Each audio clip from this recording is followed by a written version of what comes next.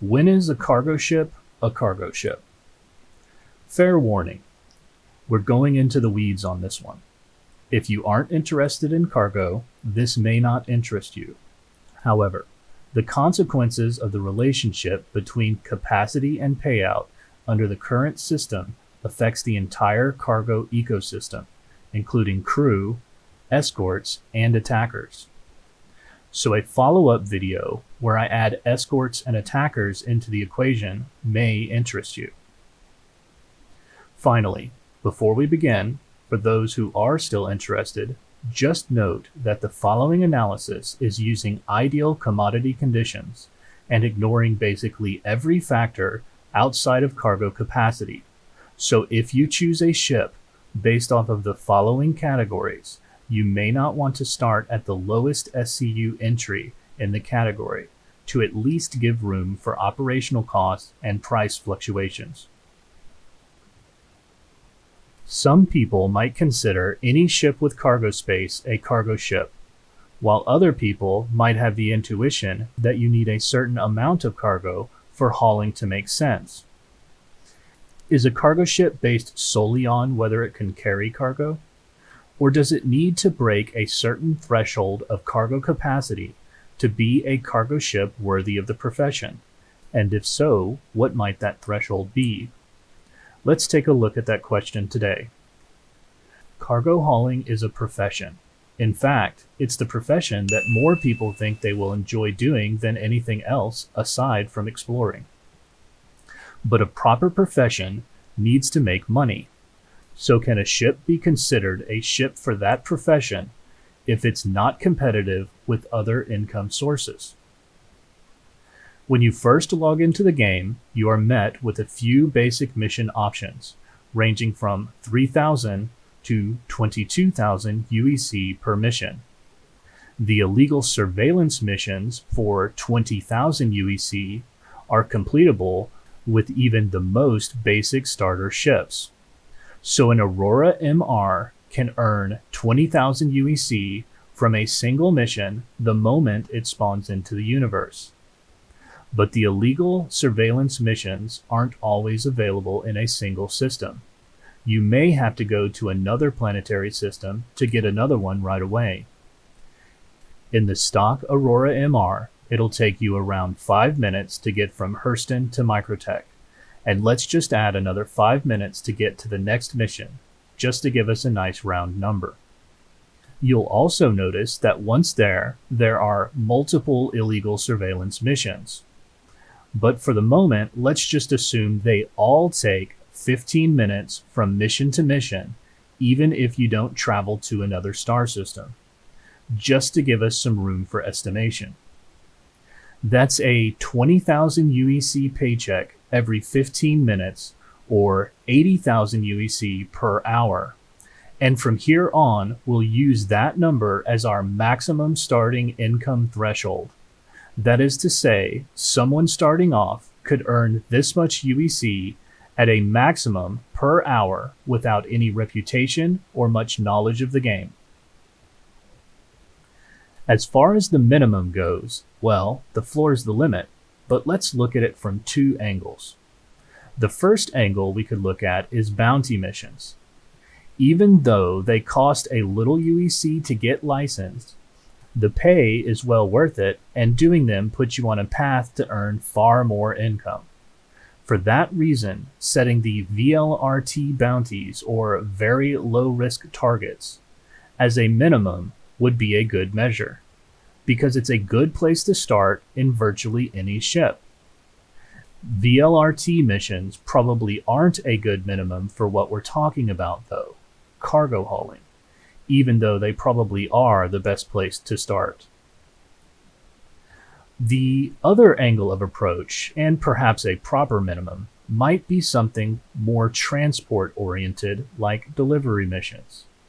Let's say it takes 1 hour to complete one delivery mission, because maybe you're new and figuring things out, you dawdle around a bit, and you loot everything, but you get paid 8,000 per mission. That's 8,000 per hour. So let's say a reasonable income range for a starter is between 8,000 and 80,000 an hour.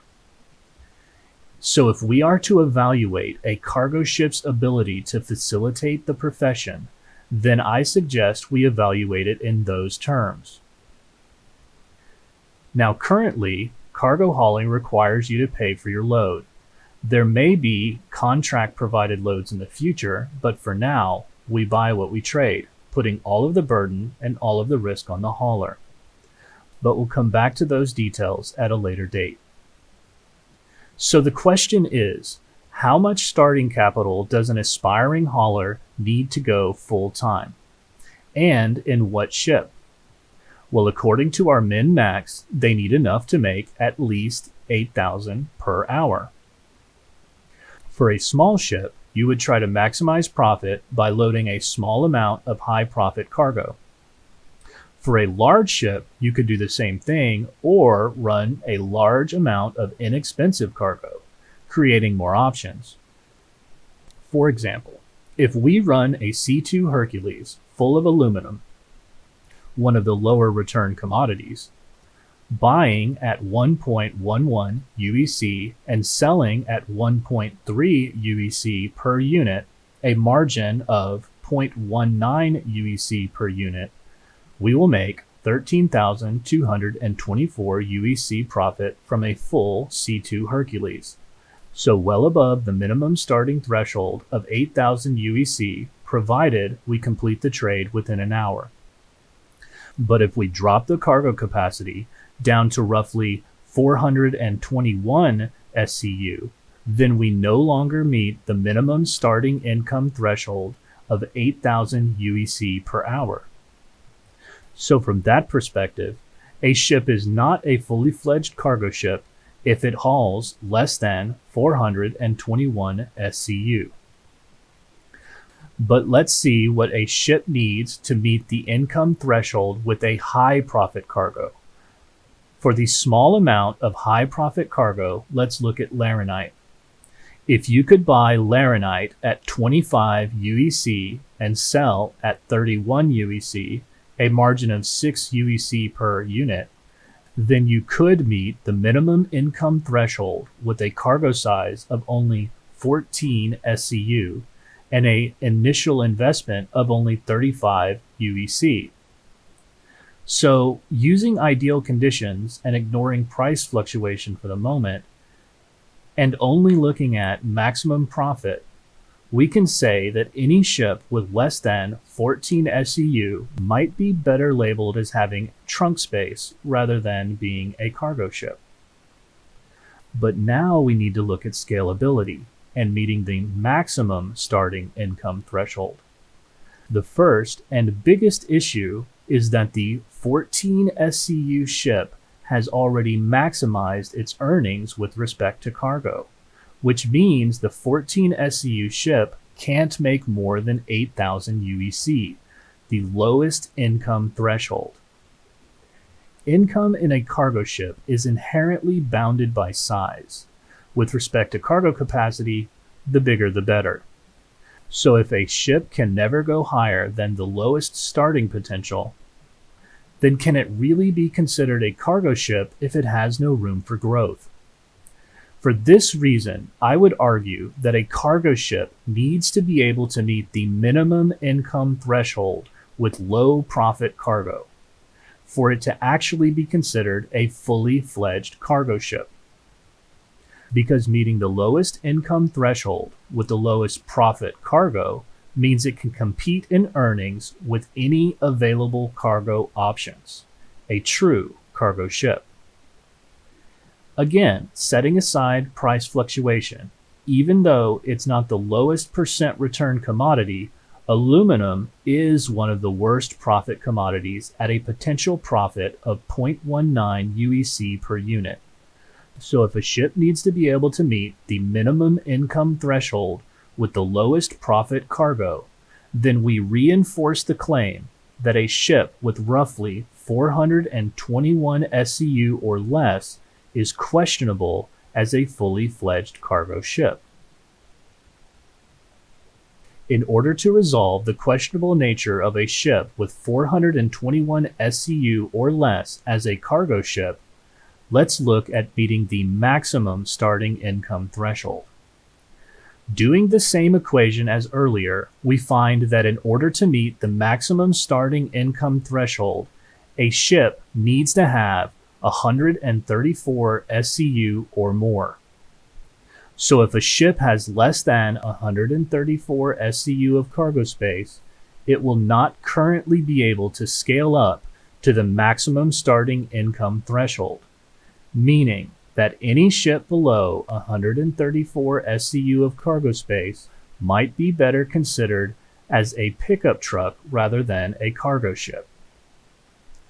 Conversely, any ship with 134 SCU or more of cargo space meets the most basic capacity requirements to be considered at the very least a starting cargo ship. But these really are the most basic requirements because we didn't consider price fluctuation, loading time, paying a crew and/or escorts, nor did we consider operational costs, cost of the initial investment, risk, let alone drugs or smuggling. So before we finish up with the last numbers, I'll just mention again that we'll be adding escorts into the equation in a follow-up video and outlining the consequences of these outcomes. To close out this video, allow me to restate the cargo categories and add in the investment amounts needed for each category of cargo ship so people can see what they will need to compete with other income sources as a cargo hauler. The first category is from 0 to 13 SCU. This is what I've labeled as having trunk space, since it can't meet any of the starting income requirements. The second category is from 14 to 133 SCU of cargo. I propose these ships should be thought of as pickup trucks rather than cargo ships. They can meet some of the requirements, but it's a strain. The third category is from 134 to 421 SCU, which I propose should be thought of as the starter cargo ship category. The 134 SCU capacity can achieve profits in the range of 8,000 to 80,000 UEC with upfront investments of 31,000 using ideal fluorine and 335,000 UEC using ideal laranite, which is roughly the maximum potential of a 134 SCU ship. The 421 SCU capacity can achieve profits in the 8,000 to 80,000 range with upfront investments of 19,000 UEC of ideal scrap to 280,000 UEC of ideal astatine, and achieve its current maximum potential profit of 252,000 UEC per load with an upfront investment of 1,052,500 UEC. The fourth category is 422 SCU and beyond. I suggest this range of cargo ships are fully fledged cargo ships because they can make the minimum starting income of 8,000 UEC with basically any commodity in the current universe. In a follow-up video, we will add escorts and talk about the consequences of the relationship between cargo, escorts, and attackers. Thank you for watching this video, and I hope this guide was helpful. For more guides like this, please like and subscribe.